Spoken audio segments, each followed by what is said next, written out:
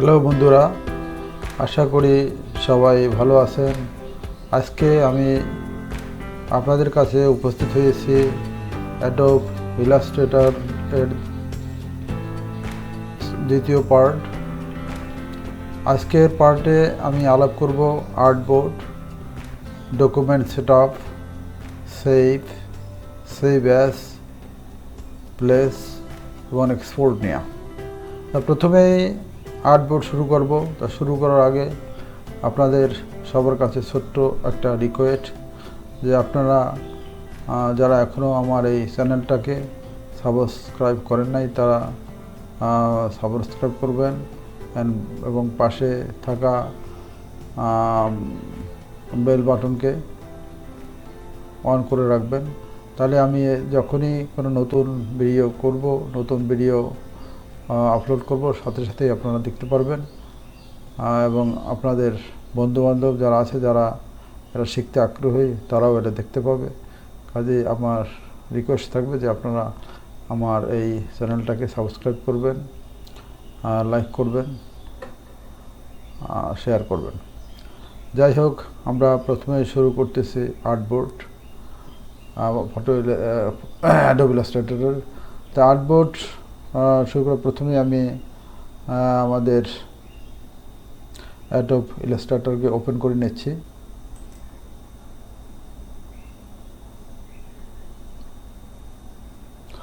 Adobe Illustrator already open হয়েছে। তা আমরা প্রথমেই একটা নতুন আর্টবোর্ড নেই। আর্টবোর্ডের আরেকটা নামও আপনারা বলতে পারেন, যেটা হলো ক্যানভাস। একটা আমরা যেটার উপরে কাজ করব সেটাই। এখানে দেখেন আমরা ফাইল আছে, ফাইল অর্থাৎ মেনু বারে আমাদের যেতে হবে এবং মেনু বারে যে ফাইলে ক্লিক করতে হবে। ফাইলে ক্লিক করার পরে এখানে দেখেন নিউ একটা অপশন আছে, নিউতে আমি ক্লিক করলাম। নিউতে ক্লিক করার পরে এখানে দেখেন বিভিন্ন রকম আর্টবোর্ডের সাইজ দেয়া আছে। এখানে প্রথম যেটা সাইজ দেওয়া আছে এটা হলো এই সাইজে আমরা কাজ করছি, অর্থাৎ এখানে যে কটা দেখা যাচ্ছে এটা হলো রিসেন্ট আমরা যে সমস্ত আর্টবোর্ডে কাজ করছি তার সাইজ এখানে দেওয়া আছে। এরপরে আমাদের সেভ যেগুলো আছে সেগুলো দিলে সেভগুলো আসবে। যাই হোক, এখানে সেভ কোনোটাই নাই। এরপরে আমাদের দেখেন মোবাইলের অনেকগুলো আর্টবোর্ডের সাইজ দেওয়া আছে। আমরা যে কোনো মোবাইলে যদি কোনো ওয়েবসাইটে কাজ করতে চাই অথবা ফেসবুক করতে চাই, তাহলে আমরা যে কোনোটাই আমরা নিয়ে কাজ করতে পারি মোবাইলের জন্য। এরপরে দেখেন ওয়েবের জন্য আবার আলাদা করে দেওয়া আছে এই বিভিন্ন আর্টবোর্ডের সাইজ, এখান থেকে আমরা যে কোনোটা নিতে পারি। এরপরে আমরা যদি যেটা প্রিন্ট করব সেটার জন্য আর্টবোর্ডের এবং সাইজ দেওয়া আছে। এরপরে আছে ফিল্ম অ্যান্ড ভিডিও, এটা আমরা নিতে পারি যে কোনোটাই। এরপর আছে অ্যাডোব ইলাস্ট্রেটর, এই আর কি মোটামুটি এখানে এই সাইজগুলো দেওয়া আছে। এরপরে দেখেন আমাদের ডান দিকে এসে এখানে আসতে আমরা এখানে আর্টবোর্ড আরও একটা করা যায়, যে কাস্টমাইজও করা যায়। তো আমরা কাস্টমাইজ করে নেব। এখানে যেটা আছে এখানে বলছে যে রিসেট ডিটেলস, এরপরে বলছে আনটাইটেল 1। তাহলে এখানে আমরা নাম দিয়ে দিই। নাম আমরা এখানে দিতে পারি যে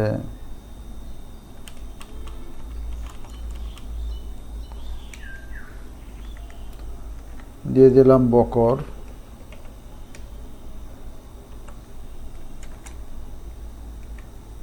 এআই টিউটোরিয়াল 2 নাম দিয়ে দিলাম। এখন আমরা এখানে সাইজ যে উইডথ এবং হাইট দিব।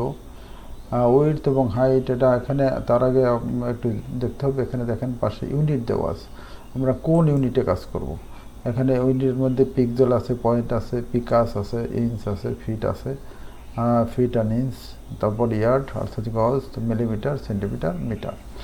আমরা যে যেটা ভালো বুঝি সেটার উপরেই কাজ করতে পারি, তবে অধিকাংশ কাজেই পিক্সেল অথবা ইঞ্চ হয়।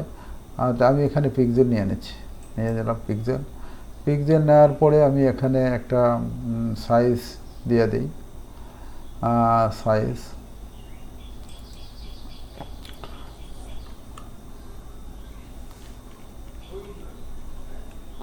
1280। বাই 720 দিয়ে দিলাম, 720। এই সাইডে যেটা দেখা যাচ্ছে যে ওরিয়েন্টেশন, এখানে দেখেন দুইটা মানুষের মতো চিত্র আছে। আপনি যেটাই এই যে দুইটা আছে, দুইটা একটা হলো ল্যান্ডস্কেপ, আরটা হলো পোর্ট্রেইট অর্থাৎ হরাইজন্টাল। এইটা হলো হরাইজন্টাল, এটা হলো ল্যান্ডস্কেপ, যেটা আমরা অনেকেই জানি যারা কাজ করি। এটা পোর্ট্রেইট এবং ল্যান্ডস্কেপ দুইটা। আর এখানে আছে যে আর্টবোর্ডের সংখ্যা কটা। আর্টবোর্ড আমরা এখানে কিন্তু ইচ্ছা মতো নিতে পারি, 2টা, 4টা, 5টা, 10টা, কারণ এই যে কোনো বই ছাপার কারোর জন্য কিন্তু এই অ্যাডোব ইলাস্ট্রেটর খুবই জরুরি। এবং এইখানে আর্টবোর্ড মানে প্রতিটা পেজই আমরা এখান থেকে ইচ্ছা মতো নিতে পারি এবং সেভাবে কাজ করতে পারি। এটা তো এটা আমরা নর্মালি একটা পেজই আমরা নিয়ে কাজ করি, এটা এইখানে লেখা আছে। আর এইখানে দেখা আছে ব্লিড মানে হলো আপনার আমরা যদি একদম সাইড পর্যন্ত কাজ করি তাহলে কিন্তু পুরোটা আসবে না, তাই পাশে কিছুটা বাদ দেওয়া হয়। এটা একটা 10 পিক্সেল, 5 পিক্সেল এরকম বাদ দেওয়া যেতে পারে। এই যে এখানে একটা লিঙ্কের চিহ্ন দেখতে পাচ্ছেন, লিঙ্কের চিহ্নটার মানে যদি আপনি যদি এখানে একটা সাইজ দিয়ে দেন 10 পিক্সেল, আপনাকে দেখায়। এখানে যদি আপনি দিয়ে দিলেন 15 পিক্সেল দিয়ে দিলেন, আর যদি আপনি লিঙ্কে ক্লিক করেন দেখেন সবগুলো 15 হয়ে গেছে, সব সাইডই 15 থাকবে। আর এই লিঙ্কটা যদি আপনার অফ করা থাকে তাহলে কিন্তু আপনার ইচ্ছা মতো এটা চেঞ্জ করে দেবে। এখানে যেমন 15 দেন, এখানে 5 কি 10 দেন, এখানে 12 দেন, অর্থাৎ আমরা এইগুলো আমরা আমাদের ইচ্ছা মতো আমরা চেঞ্জ করতে পারি। এই কারণেই এটা হলো ব্লিড এরিয়া এবং এখানে লিঙ্ক দেওয়া আছে। লিঙ্কে যদি অন করা থাকে তাহলে একটা সাইজ দিলেই সবকটাই একই রকম হয়ে যাবে। এরপর একটা আছে অ্যাডভান্স অপশন। প্রথমে আছে কালার মোডে এখানে দেখেন যে কালার আছে, একটা হলো CMYK কালার, আর একটা হলো RGB কালার। এই দুই কালারের মধ্যে আমরা যদি প্রিন্ট করি তাহলে আমাদের ব্যবহার করতে হবে CMYK কালার। আর যদি আমরা ওয়েবসাইটে কাজ করি, অর্থাৎ আমরা কম্পিউটারের মধ্যে থাকবে, অনলাইনেই থাকবে, আমরা প্রিন্ট করবো না, সেক্ষেত্রে RGB কালার। তো আমি এখানে অনলাইনের কাজ করে RGB কালার দিয়ে দিলাম এই মোটামুটি। তারপরে আপনার আছে রেজুলেশনটা এটা খুবই গুরুত্বপূর্ণ। আপনার রেজুলেশন যদি ভালো না হয় তাহলে কিন্তু আপনার প্রিন্ট ভালো আসবে না। তাহলে এখানে প্রিন্টটা সবসময় দেখবেন যে এখানে রেজুলেশন যেন হাই রেজুলেশন, মানে এখানে 300 দেবেন, 300, 150, তারপরে 7:2:36 আছে। এটা পি মানে পয়েন্ট পার ইঞ্চ এটা। যাই হোক, তাই এখানে আমরা 300 এটা দিয়ে দিলাম, হয়ে গেল, একটা হাই রেজুলেশন হয়ে গেল। এরপরে আরও মোড সেটিং আছে। মোড সেটিংয়ে আমরা দিতে পারি এরকম, মোড সেটিং করে যেটা নাম দিয়েছিলাম সেটি, ওটাই আবার এখানে কাস্টম সাইজ, বিভিন্ন সাইজ আছে এখানে দেখেন। এই যে এখানে যে সাইজটা দেখাই আসলাম যে print, web, mobile, film, art, illustration, এইগুলো দেওয়া আছে, যে কোনোটাই আমরা এখানে সেট করতে পারি। এরপরে কাস্টম সাইজ আমরা এখানে বসাই দিতে পারি। এই যে এটার কাস্টম সাইজের মধ্যে এখানে দেখেন বিভিন্ন সাইজ দেওয়া আছে, A4 সাইজ, তারপরে ট্যাবলয়েড, লেটার, সব সাইজগুলো এখানে দেওয়া আছে। আর উপরে দেওয়া আছে কাস্টম মানে আমরা যেটা দেবো সেইটাই। তো এটা আমরা কাস্টম সাইজ দিয়ে দিছি আমরা, অর্থাৎ একটা কাজে এটা। এরপরে ব্লেড এরিয়া সম্পর্কে একটু আগে আমি আলাপ করলাম। তারপরে আর যে কালার সম্পর্কে আলাপ করছি। এই মোটামুটি এখানে এখন আমরা ক্রিয়েট ডকুমেন্ট দিতে পারি। তাহলে আমার ক্রিয়েট ডকুমেন্ট,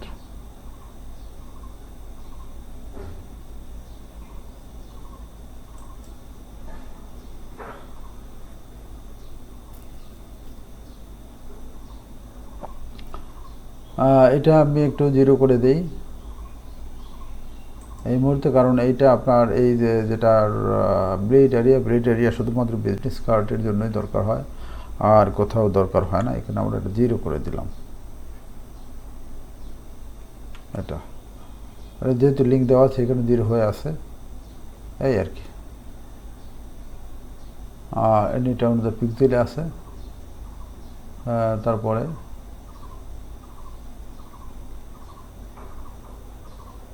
আর এটা প্রোফাইল হলো কাস্টম সাইজ।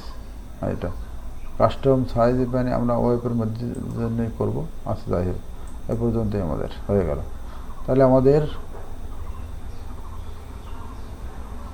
আর্টবোর্ড আমাদের সাইজটা মনে হয় ঠিক হয়েছিল না, এখানে মনে হয় এভাবে আসছে। সাইজটা আবার একটু আমরা ঠিক করে দেই, কাস্টম সাইজ দিয়ে দিই।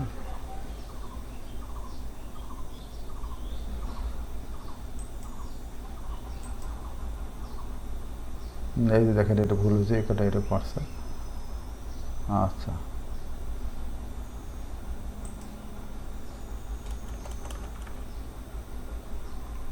একটু 1280, এটা হলো 720।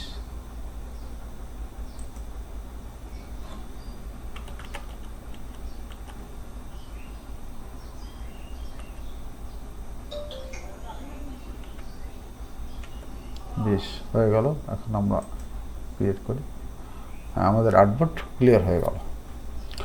এখন আমাদের আর্টবোর্ড আসলে এখন এখানে আমি আরেকটা ব্যাপার একটু আপনাদের সাথে আলাপ করে তারপরে যাই।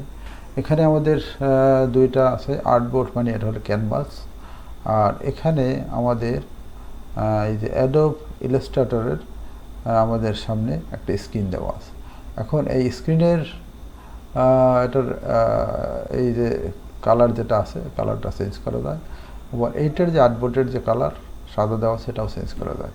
তো আমি আপনাদেরকে এই দুইটা কালার চেঞ্জের সম্পর্কে একটু বলতেছি, এটা একটু জেনারেল কাজে লাগবে। আমরা যখন এই যে স্ক্রিন যেটা আছে, স্ক্রিনের কালার যদি আমি চেঞ্জ করতে চাই, তাহলে আমাদের যেতে হবে এডিটে, এডিট থেকে হবে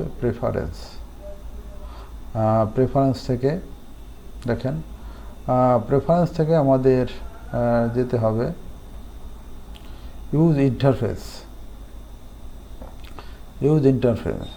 এখানে আমাদের যেতে হবে। তাহলে এখানে গেলাম, এটা এখন এখানে দেখেন, এখানে অনেকগুলো কালার আছে এখানে, অর্থাৎ আপনি এখানে যেটাই টিক দেবেন আপনার সেই কালার আসবে। যদি আপনি এটা একটা কালো দেন, এটা কালো চলে যাবে, এটা তো কালো দেওয়া একদম তাহলে চোখে লাগে, কালো আমরা দিই না, এটা দিলে এটা হবে।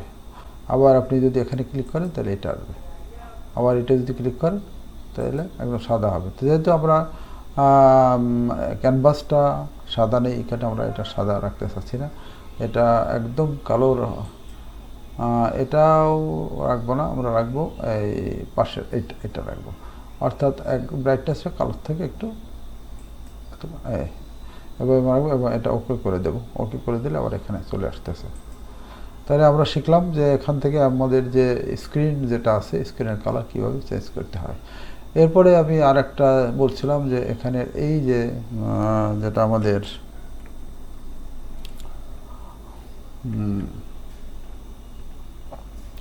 ক্যানভাস যেটা আছে, ক্যানভাসটা কীভাবে কালারটা চেঞ্জ করবো।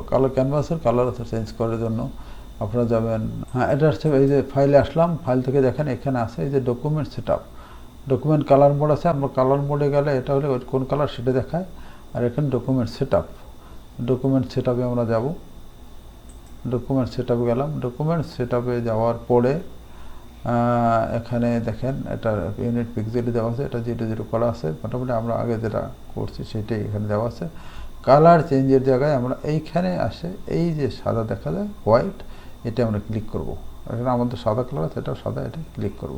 দেখেন অ্যান্ড ক্লিক করলাম, এখানে আমাদের এই যে ইন্টারফেস চলে আসলো।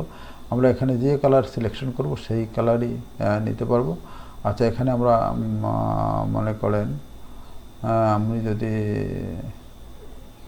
এটা নিয়ে নিলাম, এটা নিলে এটা আমরা এখান থেকে আবার বাড়িতে কমাইতে পারি। যাই হোক আমি এখানে রাখলাম, এখানে রাখার পর এখানে ওকে করলাম। ওকে করার পরে দেখেন এখানে আমাদেরকে দেখাচ্ছে যে কী ধরনের কালার হবে। এখন এইখানে যে এই যে সিমুলেট কালার পেপার, এখানে টিক দিতে হবে, টিক দিলাম, এখানে ওকে করে দিলাম, কালার চেঞ্জ হয়ে গেল। তাহলে আমরা শিখলাম যে আমাদের যে অ্যাডোশপের স্ক্রিনের কালার কীভাবে চেঞ্জ করতে হয়, এবং আমাদের ক্যানভাসের কালার অর্থাৎ ব্যাকগ্রাউন্ড কালারটা কীভাবে চেঞ্জ করতে হয়। এটা এটাকে আরেকটা এখানে ট্রান্সপারেন্ট করার একটা নিয়ম আছে। যেমন এটা যদি এটা আমরা ভিউতে যাই, দেখেন ভিউতে এখানে আছে ট্রান্সপারেন্ট। দেখেন ট্রান্সপারেন্ট যদি আমরা ক্লিক করি, রোটেট,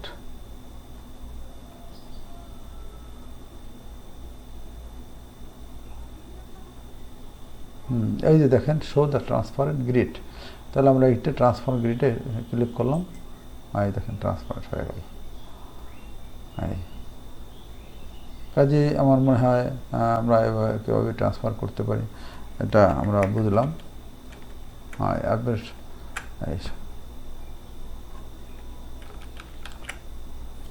এই হলো আমাদের মোটামুটি আর্টবোর্ডের কথাবার্তা, এবং এর সাথে সাথে আমরা যে ডকুমেন্টের কথা বললাম, ডকুমেন্টের কথা কিন্তু আমরা ইতিমধ্যেই বলে ফেলেছি। যাই হোক, এ পর্যন্তই আমার আজকের ভিডিও। আবার পরবর্তীতে কথা হবে, এবং আপনারা সবাই আবারও স্মরণ করে দিচ্ছি যে আপনারা আমার চ্যানেলটাকে সাবস্ক্রাইব করবেন, তাহলে আপনার নতুন নতুন জিনিস যখনই আপলোড হবে তখনই আপনারা পাবেন।